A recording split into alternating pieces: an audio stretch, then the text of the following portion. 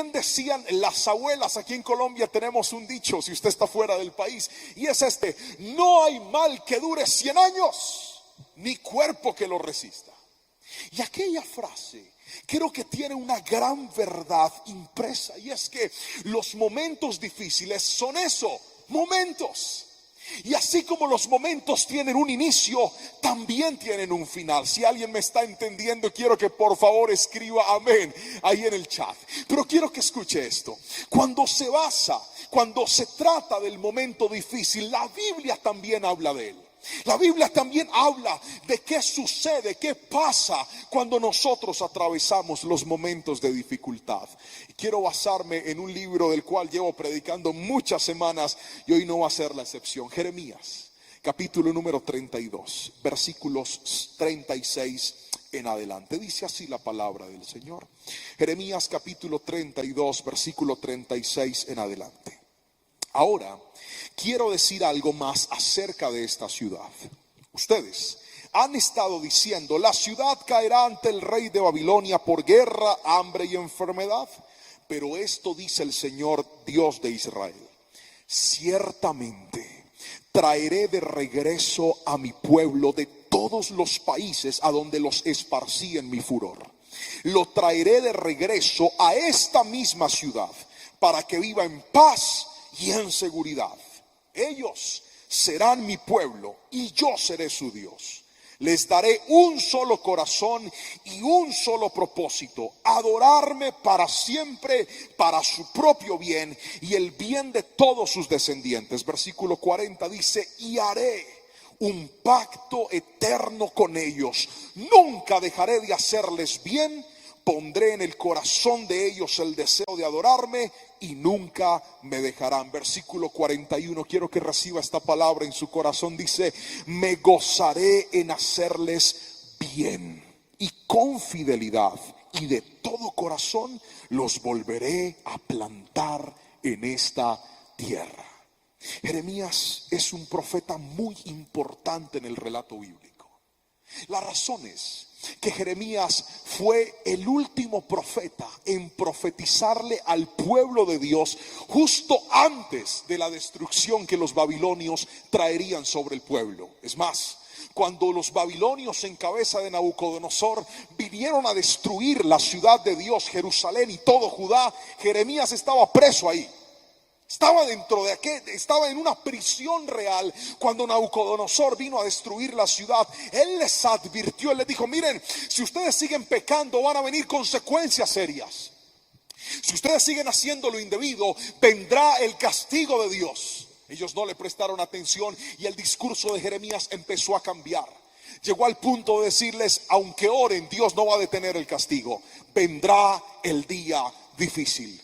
Pero ahora estoy viendo una palabra profética poderosa, y es que aunque la narrativa prometía que vendría un momento de dificultad, Dios también incluyó que ese momento de dificultad iba a terminar, que ese momento difícil no iba a ser eterno, que Dios no iba a dejarlos para siempre en el dolor, para siempre en el sufrimiento, sino que en esta promesa Dios les está diciendo: aunque van a ser esparcidos, aunque vendrá el castigo, aunque vendrán las consecuencias, aunque vendrán los momentos adversos, quiero que sepan que llegará el momento en donde haré que la dificultad se termine. Si alguien me está entendiendo, quiero que escriba amén o diga amén en su corazón, porque lo que te quiero enseñar en esta noche, la palabra de hoy la hemos titulado así: el día difícil terminará. Otra vez, el día difícil terminará. Y quiero que usted, creyéndolo en su corazón, se apropie de esta palabra. Pero quisiera empezar hablando de eso, de los días difíciles. ¿Por qué pasamos nosotros momentos difíciles? ¿Por qué se activan en nuestra vida momentos complejos? Momentos que nosotros no entendemos o no comprendemos. Y encontré 3 razones. La primera, quiero que por favor lo escriba: por las consecuencias de nuestras malas decisiones. A veces los días difíciles en los que nosotros nos metemos es por nuestras malas decisiones. ¿Cuántos de nosotros a veces hicimos cosas que no debíamos hacer? Nos metimos en cosas que no nos debíamos meter. Compramos cosas que no debíamos comprar. Aceptamos personas que no debíamos aceptar y creíamos que eso era manejable, pero es que el pecado nunca será estable en la vida. Tarde o temprano lo que cimientas de manera indebida, de manera inapropiada, te va a arruinar no solamente lo que tienes, sino lo que está a tu alrededor. Eso es lo primero que puede causar problemas, nuestras malas decisiones. Pero hay otra cosa que causa problemas, y es las malas decisiones de otros. ¿Cuántos a veces nos hemos metido en problemas no por cosas que nosotros hicimos, sino por cosas que otros hicieron? Un error de alguien, una falla de un hijo, una equivocación del cónyuge, un problema en medio del trabajo, alguien hizo algo inapropiado y de repente todos salimos perjudicados. ¿Cuántas personas dicen: pastor, yo estaba trabajando bien en mi empresa, estaba haciendo las cosas de manera correcta, pero el jefe se endeudó, hizo malos movimientos financieros y ahora me quedé desempleado? Pasó algo malo, no por mi culpa, sino por la culpa de un tercero, de otra persona. Pero hay una tercera razón por la cual vienen momentos difíciles en nuestra vida, y es porque Dios se atraviesa en el camino y dice no. Hay momentos donde parece que todo va bien, usted está funcionando bien, usted está haciendo lo correcto, pero de manera inesperada y de manera sin previo aviso las cosas se dañan. Usted dice: ¿y esto qué? ¿Y esto por qué pasó? Pues yo le tengo buenas noticias. Sea que usted haya sido responsable de su mal momento, sea que haya sido otra persona, o sea que Dios se le atravesó en el camino y dijo: esto no va más, la buena noticia es que ese día difícil va a terminar. Si alguien lo cree, por favor, dígame amén. Ese momento difícil va a llegar a su final. Pero hoy quiero enseñarte dos cosas que suceden, o mejor, dos cosas que tienen que suceder para que ese día difícil termine en nuestra vida. Y lo primero, quiero que lo escriba, por favor. Usted que está tomando nota, escriba esto: Dios no corrige para destruir, sino para reparar. Otra vez: Dios no corrige para destruir, sino para reparar. El versículo 36 dice: ahora quiero decirles más algo acerca de esta ciudad. Ustedes han estado diciendo: la ciudad caerá ante el rey de Babilonia por guerra, hambre y enfermedad. Pero esto dice el Señor, Dios de Israel: ciertamente traeré de regreso a mi pueblo de todos los países a donde los esparcí en mi furor. Estamos ante un caso bíblico en donde Dios permitió consecuencias muy drásticas.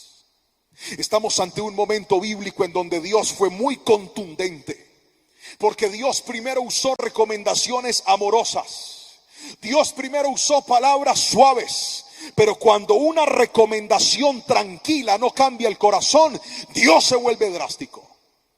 Ay, pastor, a mí eso no me gusta. A mí me gusta es que me digan que Dios es todo amor. No, Dios no es alcahueta con nadie. ¿Alguien puede decirme amén? Dios no es alcahueta con el pecado. Dios no tolera lo indebido.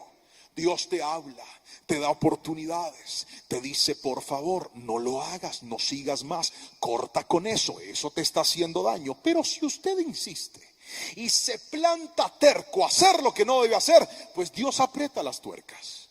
Y eso fue lo que le pasó al pueblo. Dios les dijo a ellos: señores, ustedes no están entendiendo lo que yo les estoy diciendo. Ustedes no quieren obedecerme. Ustedes no están valorando lo que yo les he dado. Les di una tierra, les di su libertad. Lo único que les estoy diciendo es: obedézcanme, hagan lo correcto, pero ustedes insisten en hacer lo indebido. Y entonces, cuando el ser humano se obstina en mantenerse en algo que no debería mantenerse, Dios termina haciendo que pierdas para que aprendas. Se lo voy a volver a repetir: hay gente, cuando tú no valoras lo que Dios te ha entregado, necesitas perder para aprender. Qué silencio hay aquí. Pues claro, si la iglesia no está llena. Hay gente que necesita perder para poder valorar. Pero nunca pienses que la corrección de Dios estará buscando tu destrucción. Dios no es un Dios que se alegre y diga, así es que te quería ver arrastrado en el piso, llorando, deprimido y acabado. No, hay momentos donde Dios nos quita ciertas cosas que nosotros sentíamos que nadie nos iba a quitar, no para dejarnos para siempre mal, sino para decirte, ahora que tu corazón está así, ahora que tienes humildad, ahora que estás entendiendo que la vida no la puedes manejar de manera autónoma, que la vida no la puedes manejar a tu forma, ahora te voy a enseñar que contigo tengo un plan maravilloso y que aunque yo quito, yo también restituyo. Alguien tiene que decirme amén si lo cree, porque Dios no corrige para dañar, Dios corrige para reparar. Cuando Dios trae corrección a tu vida, no es para dañarte, no es para acabarte, es para mejorarte. ¿Acaso no hubiera sido de esa manera que tú hubieras buscado de Dios? ¿De qué otra forma tú hubieras podido rendir ante los pies de Cristo? Sino a través de esa crisis que hoy estás pasando. El pueblo necesitaba la corrección para entender que aquello que siempre tuvieron era lo que habían descuidado, era lo que habían perdido, era lo que siempre Dios les había entregado, pero a causa de su pecado ellos no lo estaban valorando. Tus días difíciles estimularán tus grandes cambios. Voy a volver a repetir eso. Tus días difíciles estimularán tus grandes cambios. Todavía me acuerdo el día que me echaron de la casa. Me echaron de la casa. Mi esposa me echó de la casa. Era un día normal, yo vine a trabajar a la iglesia, trabajo de tiempo completo para la obra. Era un martes, terminé escuelas, después hicimos la reunión con los líderes y siempre pasaba, se me acercaban algunos líderes, pastor, ¿usted me puede dar una consejería? Yo, claro, hermano, con mucho gusto. Y detrás venía otro, pastor, ¿me puede atender a mí? Y yo le decía, si usted me espera cuando yo termine de atender a este hermano, con mucho gusto. Pero le confieso en mi corazón que yo se lo decía pues para que el hermano no se quedara esperando y más bien al otro día yo lo atendía. Porque hay consejerías que a veces se podían llegar a extender. Y entonces así era. Resulta que yo estaba atendiendo a la persona, se alargaba de repente la conversación y cuando terminaba la persona, pastor, muchas gracias, Dios le bendiga. Yo, amén, Dios le guarde. Guardaba mi Biblia, guardaba el computador en la maleta, cargaba, apagaba la luz y cuando abría la puerta ya estaba el hermano esperándome. Aquí estoy firme, pastor. Y yo con esas ganas de desconectarme, pues no podía dejarlo así, tenía que volver a entrar a seguir atendiendo a la persona. Y era un día de esos habituales. Yo llegué a mi casa como a la medianoche de la iglesia. Estaba en la iglesia sirviendo al Señor. Y cuando voy a abrir la puerta de mi cuarto tiene llave. Mi esposa le había echado llave. Yo toqué para que me abrieran. Dije, pues esta es mi casa. Y me dijo ella, no le voy a abrir. Es más, váyase de la casa. Yo no lo podía creer. Y esta vieja me está echando. Me están echando de mi casa. En serio, en serio. Y de verdad estaba tan seria que yo tuve que llamar al pastor a pedirle asistencia. Ese día me echaron de la casa. Y es que el problema no era que yo había llegado tarde ese día. El problema era que todos los días yo estaba llegando tarde porque según yo era más importante mi trabajo que mi familia. Y justo cuando tenía a mi esposa más descuidada, justo cuando ella estaba teniendo que lidiar con 2 niños pequeños. Usted sabe qué es lidiar con 2 niños pequeños, ¿verdad? Algunos que son padres lo entienden. Hacerlos acostar, y más si sus hijos vienen recargados como los míos, que yo acordándome, nosotros los fabricamos como en un momento extremo. Esos pelados me salieron revolucionados. Y ahí estaba mi esposa cansada, sola, diciendo, no, yo no te necesito, tú no estás aquí con nosotros. Y esa crisis fue la que me llevó a mí a hacer cambios muy sustanciales en mi vida, porque descubrí que puedo seguir sirviendo a Dios, pero que a la vez puedo tener a mi familia en el primer lugar. Descubrí que puedo ser un hombre de Dios, que puedo ser un hombre eficiente en la obra del Señor, pero también descubrí de que nada me sirve pararme en una tarima a enseñar principios, a hablar de la palabra, si mi hogar está pasando por momentos de crisis. Hay dificultades que Dios las permite, no para que ese hogar se destruya, sino para que ese hogar mejore. Se lo digo por experiencia. Yo me metí en un desierto donde sentí que todo estaba perdido, pero en ese desierto Dios dijo, ahora sí, te voy a cambiar, te voy a mejorar y te voy a transformar. Dios no corrige para destruir, Dios corrige para mejorar. Si alguien lo cree, escríbame amén, por favor, ahí en el chat. Pero déjeme pasar al segundo y último punto de este mensaje. El día difícil terminará, no solamente cuando Dios nos corrija, sino en segunda instancia va a terminar cuando vivas en el propósito de Dios. Otra vez, Dios quiere que vivas en su propósito. Muchas personas están tan envueltas en los afanes de su vida. Muchas personas están tan envueltas en los quehaceres de la vida que se les ha olvidado que nosotros fuimos creados con un propósito. Y ese propósito es más grande que nuestro propósito. Nosotros tenemos sueños, pero Dios tiene planes más grandes. Nosotros tenemos anhelos, pero Dios tiene un diseño escrito con tu nombre y con el de tu familia. Alguien tiene que escribirme amén si lo cree. Dios tiene un sueño mayor para nosotros. Cuando yo era un niño, un adolescente, mi sueño era tocar la batería. Este era el instrumento que yo más amaba. Y yo decía, yo de ahí no voy a salir. Y voy a ser un baterista y voy a tocar en muchos lugares y voy a viajar por muchos sitios detrás de unos tarros y unos platillos.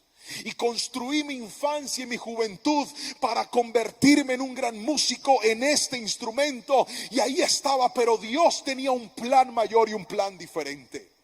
Y cuando tú te ensamblas a los propósitos de Dios, al principio te vas a asustar.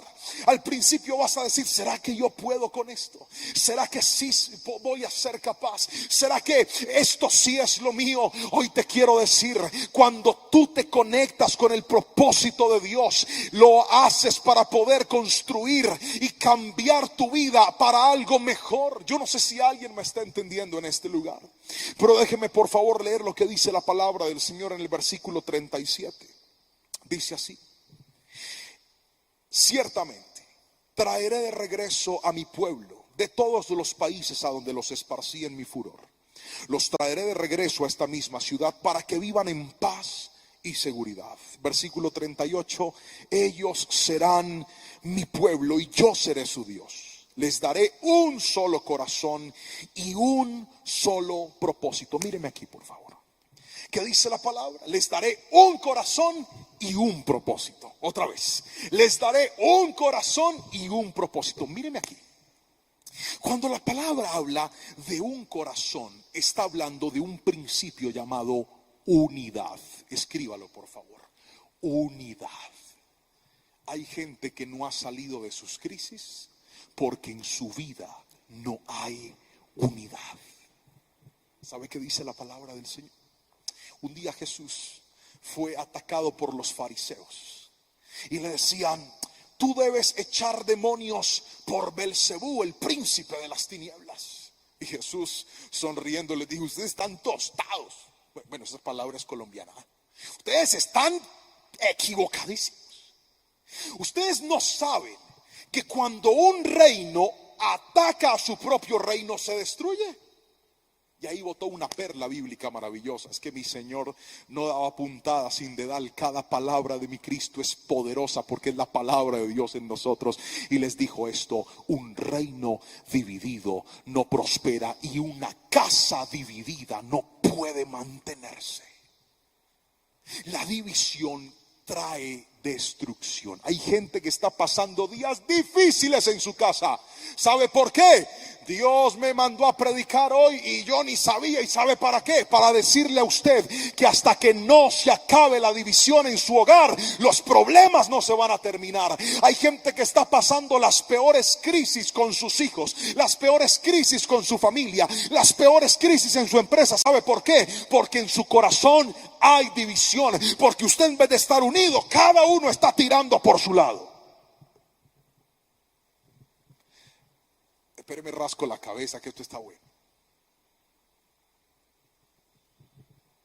Un solo corazón implica unidad. Hay muchas muchas crisis que se van a terminar cuando recuperes la unidad. Hay gente que se cree muy espiritual siendo rencorosa. Eso no es de Dios. Yo voy a orar, yo voy a doblar rodilla. Usted puede doblar mucha rodilla, pero si usted no perdona al que le ofendió, si usted no le pide perdón a quien usted ofendió, usted no es espiritual.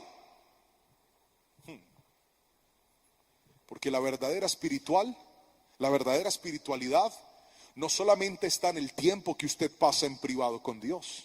La verdadera espiritualidad está en la evidencia de su trato hacia Dios y de su trato hacia su prójimo. Porque una persona que ejercita su espiritualidad de manera correcta es aquella que es capaz de estar en paz con Dios y es capaz de estar en paz con los hombres. Alguien tiene que escribirme amén si me está entendiendo. Unidad. Pero no solamente unidad. Dice el Señor también, y un solo propósito. Y aquí está escrito cuál es ese propósito. Dice la palabra del Señor. Y ese propósito es adorarme para siempre, para su propio bien y el bien de todos sus descendientes. ¿Cuál es el propósito de Dios, pastor, con nuestra vida? Ya se lo dije. Primero, que estemos en unidad. La unidad es tan poderosa a los ojos del Señor que cuando Jesús oró por sus discípulos, dijo las siguientes palabras: Padre, que ellos sean uno, así como tú y yo somos uno, para que el mundo crea. ¿Sabe por qué hay gente que no cree en su evangelio? Por su peleadera con todo el mundo. ¿Sabe por qué hay gente que no cree en su evangelio? Porque usted es especialista en guardar rencor y resentimiento. Me voy, me alejo, usted vaya por su lado y yo voy por el mío. No, tenga mucho cuidado. No le estoy diciendo que usted tiene que convivir con todo el mundo. No, hay personas con las que no se puede vivir. Alguien dígame amén. Hay relaciones que funcionan más con la distancia. Eso es una realidad. Pero una cosa es tomar distancia con alguien porque no nos entendemos, porque algunas cosas no funcionan. Y otra cosa es tomar distancia con alguien con quien estoy resentido y estoy cargado. Yo puedo tomar distancia de una persona con las que las cosas no funcionaron bien, pero tengo paz en mi corazón. No hay resentimiento, puedo saludarle, puedo hablarle, puedo compartir con él, podemos vernos de manera ocasional. Es más, hay personas que han mejorado sus relaciones familiares cuando cada uno va para su lugar. Sí, hay familias que viven con tíos, con hermanos, varias familias en una misma casa y a veces tienen muchos conflictos. Lo mejor es que cada familia esté en su propio hogar. ¿Cuántos dicen amén? Eso sería lo ideal, que cada uno esté en su espacio aparte. Eso sería lo ideal. Pero muchas relaciones se mejoran cuando cada uno está en su espacio, porque cada uno tiene sus normas, cada uno tiene sus costumbres, tiene sus hábitos. El problema es cuando usted toma distancia resentido, con rabia, con rencor. Eso está mal. Por eso el propósito de Dios en primera instancia se basa en que tengamos unidad. Pero lo segundo es adoración. Escríbalo por favor. El propósito de Dios demanda adoración. ¿Qué es adoración? El Señor le está diciendo a ellos: yo los voy a traer de regreso aquí y ustedes van a adorarme a mí. Y aquí hay una connotación contextual. ¿Cuál es, pastor? Que el pueblo se había ido en pos de otros dioses, que el pueblo se había enseñado a adorar a otros dioses que no eran el Señor. Y por eso Dios les dijo: cuando los traiga de regreso, ustedes van a comprobar quién es el verdadero Dios. Ustedes van a comprobar quién es el que los sustenta, quién es el que los defiende, quién es el que verdaderamente los escogió y los llamó. Por eso tienen que adorarme. Y cuando hablo de adoración, quiero decirle algo. El día difícil se termina cuando usted empieza a reconocer y empieza a adorar a Dios en todo momento, por todo lo que venga y por todo lo que suceda. Entonces le sirven un bocado de comida y usted puede adorar al Señor. Señor, gracias por estos alimentos. Usted llega a su trabajo y en vez de quejarse y de renegar: Señor, gracias por este día de trabajo que me has regalado. Y de repente le llega su salario o le llega un dinero que usted se ganó por su trabajo y usted le dice: Señor, gracias porque es esto es por ti y para ti. Eso es adoración. Cuando usted vive adorando a Dios, cuando usted vive reconociendo el nombre del Señor en su vida, aún en los momentos difíciles, de repente sucede una mala noticia y usted, en vez de renegar, usted levanta sus manos y dice: Señor, si esta crisis tocó la puerta, es porque algo grande tú vas a hacer, porque yo no estoy solo. A mi lado está el Rey de Reyes y Señor de Señores, y lo que yo no puedo hacer, tú sí lo puedes hacer. Eso es una vida de adoración. Cuando tú desarrollas una vida de adoración, entonces las crisis se minimizan. Los efectos de vivir una vida de adoración son poderosos, porque dice el Señor que esto no solamente nos beneficia a nosotros, sino también a nuestras generaciones. La semana pasada estaba en mi apartamento escribiendo una predicación. Era la predicación que compartí el sábado pasado en la celebración de jóvenes. Y mi hijo había dormido en la tarde, el mayor. Entonces se despertó, él estaba en su cuarto cantando. Y yo lo escuchaba que él cantaba. Y la mamá me dijo: mi amor, manda a acostar a Jerónimo para que ya vaya a descansar. Yo fui a la habitación de él a decirle que se acostara, pero me sorprendió lo que encontré. Jerónimo estaba cantando una canción para Dios y tenía los ojitos llenos de lágrimas. Me dijo: papi, le compuse una canción a Dios. Aquí en mi celular está la grabación de la canción. No se lo voy a poner porque todavía tengo que afinarle 4,000 pesos al pelado en la voz. Pero le prometí que íbamos a hacer juntos esa canción que él había hecho a Dios y la íbamos a arreglar para que algún día se la cantara a Dios. Usted no se imagina lo que yo sentí en mi corazón luego de ver que un niño de 6 años, sin que yo lo mandara, sin que yo le dijera nada, estaba en un cuarto tratando de ajustar algunas frases para que con su corazón y con toda su vida pudiera adorar al Señor. Yo no sé si usted me está entendiendo hoy aquí, pero cuando usted vive reconociendo que Dios es el todo de su vida, eso no solamente te va a cambiar la vida a ti, eso va a alcanzar a tus generaciones también. Eso va a alcanzar a tus hijos y a los hijos de tus hijos también. Alguien tiene que levantar su mano donde sea que se encuentre y decir: Señor, viviré en adoración a ti, viviré reconociendo que no hay nadie como tú. Cuando vengan las crisis, mis hijos me verán adorarte. Cuando vengan los momentos de bendición, mis hijos me verán adorarte. Cuando vengan los momentos duros, mi familia me verá adorarte. Cuando vengan los momentos de aflicción, todos me verán adorarte, porque tú eres más grande que cualquier desierto, tú eres más grande que cualquier crisis. El día difícil se termina cuando entiendes que pase lo que pase y venga lo que venga, nada se iguala a tu Dios. Nada es más poderoso que Dios. Nadie es más grande que tu Dios. Por eso levántale tus manos ahí donde estás en esta noche y dile: Señor, ayúdame, porque yo te necesito. Dile: Señor, ayúdame, porque he dejado que las dificultades, que los problemas, que los afanes, que las tareas de la vida vengan y se empotren, vengan y se establezcan en el trono que a ti te pertenece. Pero hoy, Señor, te doy gracias, porque a veces la mejor forma que tú encuentras para sacudirnos la vida y hacernos entrar en razón es ese día difícil. Es ese día en el que sentimos que todo se está acabando. Es ese día en el que sentimos que todo está perdido. Pero bueno es Dios, que en esta noche te dijo: en medio de ese día difícil, te voy a mejorar.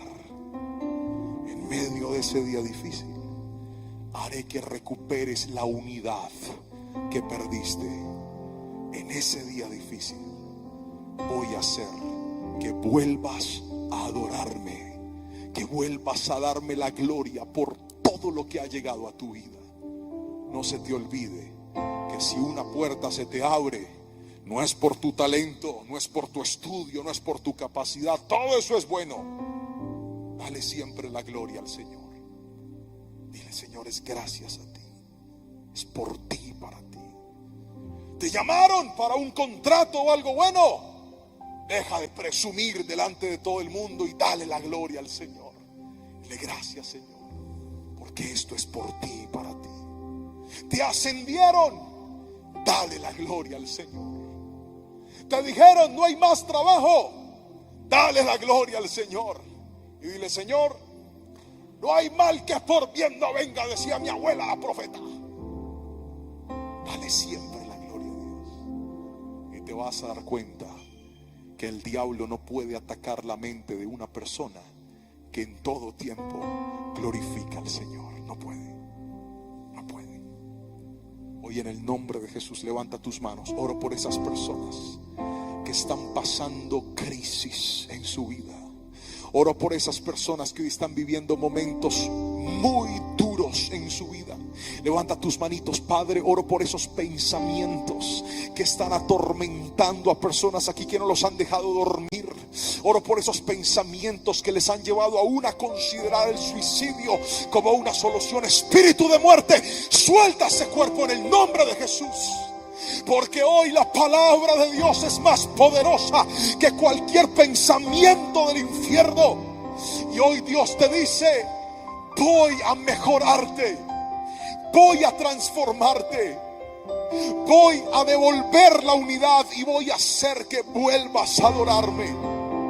Señor, yo bendigo tu iglesia en esta noche y declaro en el poderoso nombre de Jesús que esta palabra que hoy nos has regalado la atesoramos en nuestras vidas, la atesoramos en nuestros corazones, la atesoramos en nuestras mentes. Qué precioso fue lo que hiciste con tu pueblo, Señor. Ellos estaban a punto de empezar la peor crisis de su historia y tú ya les estabas diciendo: esa crisis terminará y yo voy a hacer que vuelvas a tener paz, y yo voy a hacer que vuelvas a tener alegría, y yo voy a hacer que vuelvas a adorarme, y yo voy a hacer que recuperes lo que tus errores, lo que tus consecuencias te arrebataron, porque Dios es un Dios de oportunidades. Recibe hoy la nueva oportunidad que Dios te da.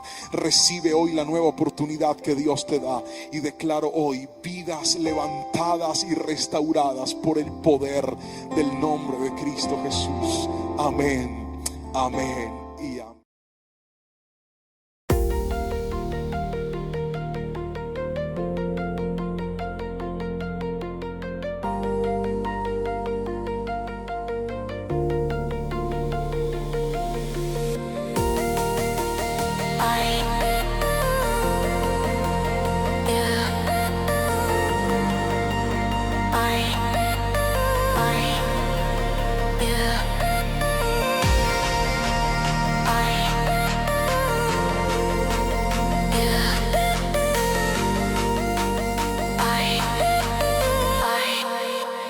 Yeah.